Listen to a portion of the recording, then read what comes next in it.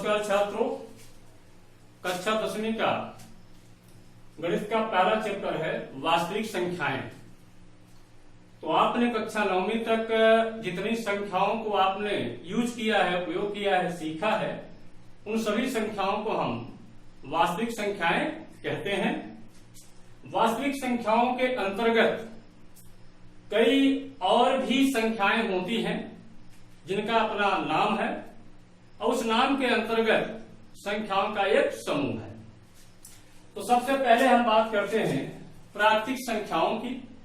अंग्रेजी में natural number कहते हैं और प्राकृतिक संख्याओं को गणन संख्या भी कहते हैं, क्योंकि इन संख्याओं का इस्तेमाल वस्तुओं को गिनने में आता है। जैसा कि आप जानते हैं जब जन्म लेता है, जैसे जैसे बड़ा होता है उसको बताया जाए या ना बताया जाए, वस्तुओं की गिनती करना वो अपने आप सीख जाता है।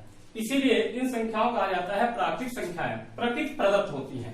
प्राकृतिक संख्याएं प्रारंभ होती हैं कहां से? 1 से, और एक एक करके आगे की ओर बढ़ती हैं। 1 2 3 4 5 6 7 8 9 10 11 12 13 14 15 17, जहां तक आप गिन सकें इन सभी संख्याओं को हम कहते हैं प्राकृतिक संख्याएं। एक कंटेनर है, इस कंटेनर में पूरी प्राकृतिक संख्याएं नेचुरल नंबर भरी हुई हैं। 1 2 3 4 5 6 7 8। ये प्राकृतिक संख्याओं को भी दो भागों में बांटा गया है, अभाज्य संख्याएं और भाज्य संख्याएं। तो प्राकृतिक संख्याओं में अभाज्य संख्याएं कौन सी होती हैं, भाज्य संख्याएं कौन होती है? आइए देखते हैं। अभाज्य संख्याएं वे प्राकृतिक संख्याएं होती हैं जो एक और खुद के अलावा दूसरी संख्या से विभाजित नहीं होती है। एक और खुद के अलावा दूसरी संख्या से विभाजित नहीं होती हैं, उन्हें हम कहते हैं अभाज्य संख्याएं। तो अभाज्य संख्याओं में कौन कौन आएगा? एक नहीं आएगा, क्योंकि उसमें परिभाषा है एक और खुद के अलावा, अर्थात एक से बड़ी। यहां पर आएगा 2, पहली अभाज्य संख्या है। इसके बाद 3 है, 4 नहीं होगा, 4 में 2 का आभाज्य चला जाएगा। 5 होगा, 7 होगा, 7 के बाद 8 नहीं होगा, 9 नहीं होगा, 10 नहीं होगा, क्योंकि ये संख्याएं किसी न किसी संख्या से कट रही हैं। 11, और इस प्रकार की संख्याओं को कहते हैं अभाज्य संख्याएं। भाज्य संख्याएं वे संख्याएं कहलाती हैं जो एक और खुद के अलावा दूसरी संख्याओं से भी विभाजित हो जाती हैं। इनमें आएगा जैसे 4, 2 का आभाज्य चला जाएगा। 6, इसमें भी 3 का भी भाग जाएगा, 2 का भी भाग जाएगा। इसके बाद आएगा 8, 9, 10, 12। इन संख्याओं को हम कहते हैं भाज्य संख्याएं, क्योंकि अपने और एक के अलावा किसी अन्य संख्या से भी ये विभाजित हो जा रही है। अब इसके बाद सेकंड कंटेनर पर आप ध्यान दीजिए। जितनी प्राकृतिक संख्याएं थी उन सभी संख्याओं को मैंने दूसरे कंटेनर में डाल दिया, अर्थात इसमें पूरी प्राकृतिक संख्याएं आ गई हैं और इसमें एक संख्या को मैंने और ऐड कर दिया, जोड़ दिया। वो संख्या क्या है? 0। 0 को जब डाल दिया तो संख्याओं का एक नया समूह प्राप्त हुआ, जो कहां से प्रारंभ हो रहा है? 0 1 2 3 4 5 6 7 8 9 10 संख्याओं के नए समूह को हम कहते हैं पूर्ण संख्याएं। तो पूर्ण संख्याएं कहां से प्रारंभ होती हैं? 0 से। 0 1 2 3 4 बिंदु बिंदु, इस प्रकार से जितनी भी संख्याएं होती हैं। अब आगे देखिए, अगला वाला जो कंटेनर है, इसमें जितनी भी पूर्ण संख्याएं थी पूरी पूर्ण संख्याओं को हमने डाल दिया इस कंटेनर में। इस कंटेनर की पूरी संख्याएं आ गई हैं 0 1 2 3 4 5 6 7 8, और इस कंटेनर में कुछ नई संख्याओं को भी डाला गया है। ये जो प्राकृतिक संख्याएं हैं इनका ऋणात्मक लेकर के इस संख्या में मिलाया गया है, अर्थात -1 -2 -3 -4 -5, इस प्रकार की जितनी भी संख्याएं हैं, यानी 0 से कम। तो इसमें इस कंटेनर में जो संख्याएं आई हैं वो 0 है, 1 2 3 4 5 6 7 8, अर्थात जितनी भी पूर्ण संख्याएं सबकी सब आ गई हैं। और प्राकृतिक संख्याओं का ऋणात्मक भी आ गया है, -1 -2 -3 -4 -5 -6। तो यहाँ पर ये जो नया कंटेनर में संख्याएं हैं इन्हें हम कहते हैं पूर्णांक। तो पूर्णांक होता है 0 1 2 3 4 5 6 7, इधर होता है -1 -2 -3 -4 होता है। इन्हें हम कहते हैं पूर्णांक। पूर्णांकों को भी दो भागों में बांटा गया है।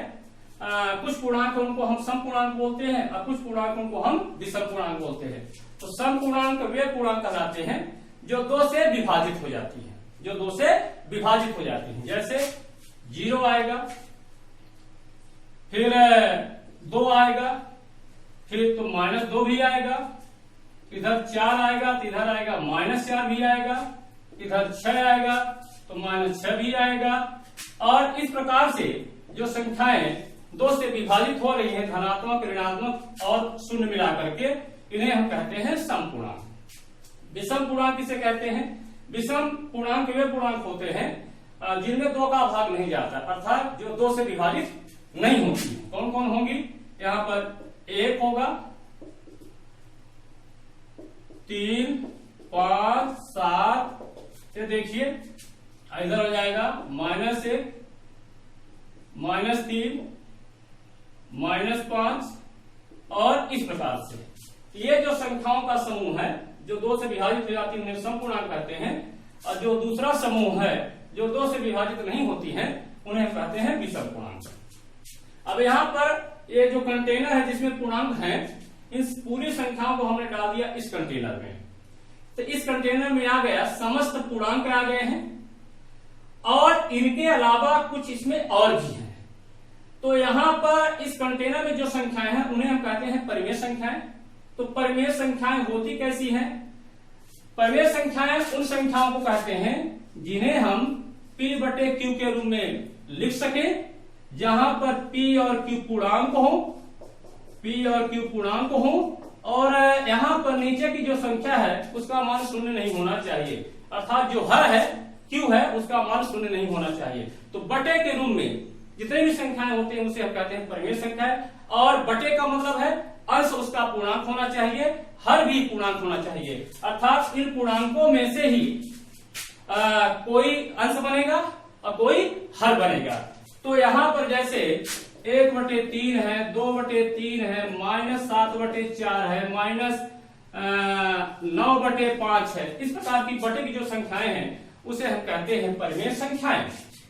तो इस परिमेय संख्याओं में जो बटे भिन्न के रूप में जो संख्याएं होती हैं, भिन्न के रूप में वे भी आ गई हैं, और समस्त जो पूर्णांक थे वो भी आ गई हैं। तो परिमेय संख्याओं में ये थोड़ा सा और धनी हो गया है, समस्त पूर्णांक है प्लस बटे के रूप में जो संख्याएं हैं उनको भी सम्मिलित कर लिया गया है। अब परिमेय संख्याएं को जैसे मैंने आपको बताया कि P/Q के रूप में हम लिख सकते हैं, जहां PQ पूर्णांक हो और Q का मान 0 न हो, उन्हें हम कहते हैं परिमेय संख्याएं। ध्यान रखिएगा, यहाँ 2 भी परिमेय संख्या है, क्योंकि हम P/Q के रूप में लिख सकते हैं, 2 लिख सकते हैं, 4/2, 4/2 का मान तो 2 ही आएगा, 2 को और लिखा जा सकता है 8/4, 4 दूना 8। तो बटे के रूप में हम लिख सके, इसलिए जितने भी पूर्णांक थे सब के सब क्या है? परिमेय संख्याएं हैं। अब इसके अलावा कुछ और भी संख्याएं हैं जिन्हें हम P/Q के रूप में नहीं लिख सकते हैं, जैसे √2। इसको हम चाहें कि P/Q के रूप में लिखें, जहां P और Q क्या हो? पूर्णांक हो, इंटीजर हो, ऐसा इस रूप में व्यक्त करना संभव नहीं है। तो इस प्रकार की जो संख्याएं होती हैं उनकी एक अलग कैटेगरी बनाई गई है, उसे हम कहते हैं अपरिमेय संख्याएं।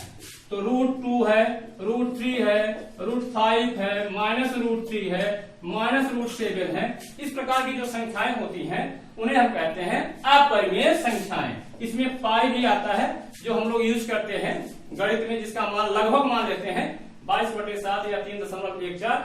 एक परिमेय संख्या नहीं है, ये तो हम काम चलाने के लिए लगभग मान लेते हैं 22/7। यहाँ पर √2, √3, √5, पाई आज ये सब क्या है? अपरिमेय संख्याएं। अब जितनी भी परिमेय संख्याएं थी और अपरिमेय संख्याएं थी दोनों कंटेनरों में, उसको अब एक बड़े कंटेनर में हमने मिला दिया। इस कंटेनर में परिमेय प्लस अपरिमेय दोनों मिल गई हैं, और संख्याओं का एक नया समूह, बड़ा समूह प्राप्त हुआ है, जिसमें परिमेय संख्याएं भी हैं, अपरिमेय संख्याएं भी हैं। इन संख्याओं को हम कहते हैं वास्तविक संख्याएं। और इस प्रकार से आपको धीरे धीरे धीरे धीरे कर करके वास्तविक संख्याओं का तक हम लोग पहुंचे हैं। आज के वीडियो में बस इतना ही, मिलते हैं अगले वीडियो में।